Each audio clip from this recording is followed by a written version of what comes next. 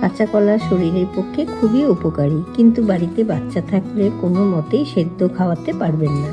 তাই আমি আজকে একটি নতুন রেসিপি বানিয়ে দেখাবো আপনাদের।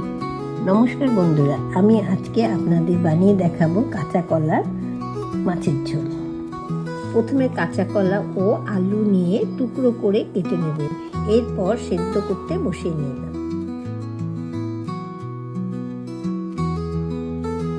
আলাদা একটি বাটিতে সয়াবিন নিয়ে সেগুলো সেদ্ধ বসিয়ে নেবেন। এই একই সঙ্গে কিন্তু সেদ্ধ করবেন না, কিছুক্ষণ অপেক্ষা করে সয়াবিন আর কাঁচা কলা আলুগুলো সেদ্ধ হয়ে গেলে নামিয়ে নেবেন। তারপর কলাগুলি খোসা ছাড়িয়ে নিয়ে ভালো করে মেখে নেবেন আর সেদ্ধ করা সয়াবিনগুলো মিক্সিতে ভালো করে পেস্ট বানিয়ে নেবেন। এবার একটি কড়াইতে অল্প একটু তেল নিয়ে গরম করে নিয়ে মেখে রাখা আলু ও কলাগুলো আর পেস্ট করা সয়াবিনগুলো দিয়ে কিছুক্ষণ নাড়িয়ে নেবেন। এরপর একটু লঙ্কা গুঁড়ো, হলুদ গুঁড়ো, জিরে গুঁড়ো, স্বাদ মতো নুন আর অল্প একটু গরম মশলা দিয়ে ভালো করে নাড়াচাড়া করে নেবেন অনেকক্ষণ।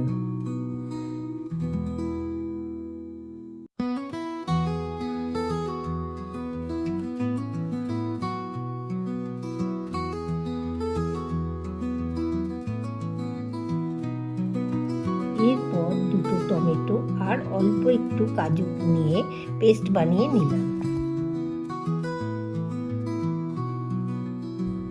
এরপর কড়াই থেকে মাখাটি নামিয়ে ঠান্ডা করে নিয়ে নিচ্ছি।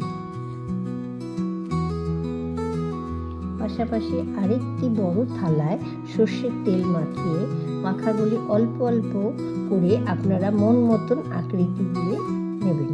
আমি এখানে মাছের আকৃতি করে নিচ্ছি। এরপর কড়াইতে বেশি করে তেল গরম করে নিয়ে এক এক করে তেলে ছেড়ে দেবেন। এক পিঠ ভালো করে ভাজা হয়ে গেলে পাল্টে নিলাম। এপিঠ ওপিঠ ভালো করে ভাজা হয়ে গেলে নামিয়ে নিচ্ছি।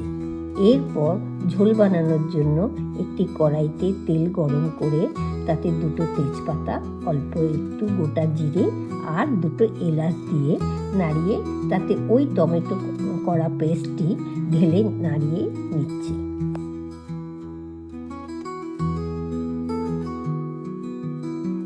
রেগুলারের মতন মশলা যেমন জিরে, লঙ্কা, ধনে, হলুদ আর স্বাদ মতন নুন দিয়ে নাড়িয়ে তাতে 2 চামচ টক দই ভালো করে ফাটিয়ে অল্প একটু কাশ্মীরি লঙ্কা গুঁড়ো ছড়িয়ে ভালো করে নাড়াচাড়া করে জল দিয়ে ঢাকনা দিয়ে রেখে নিতে হবে।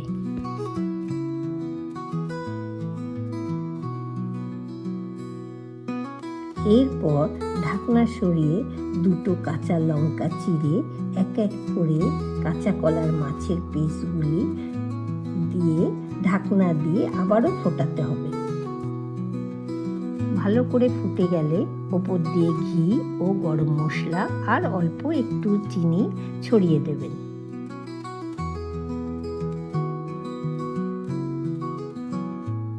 এবার একটি পাত্রে পরিবেশন করে নিলেই তৈরি আপনার কাঁচা কলার মাছের ঝোল।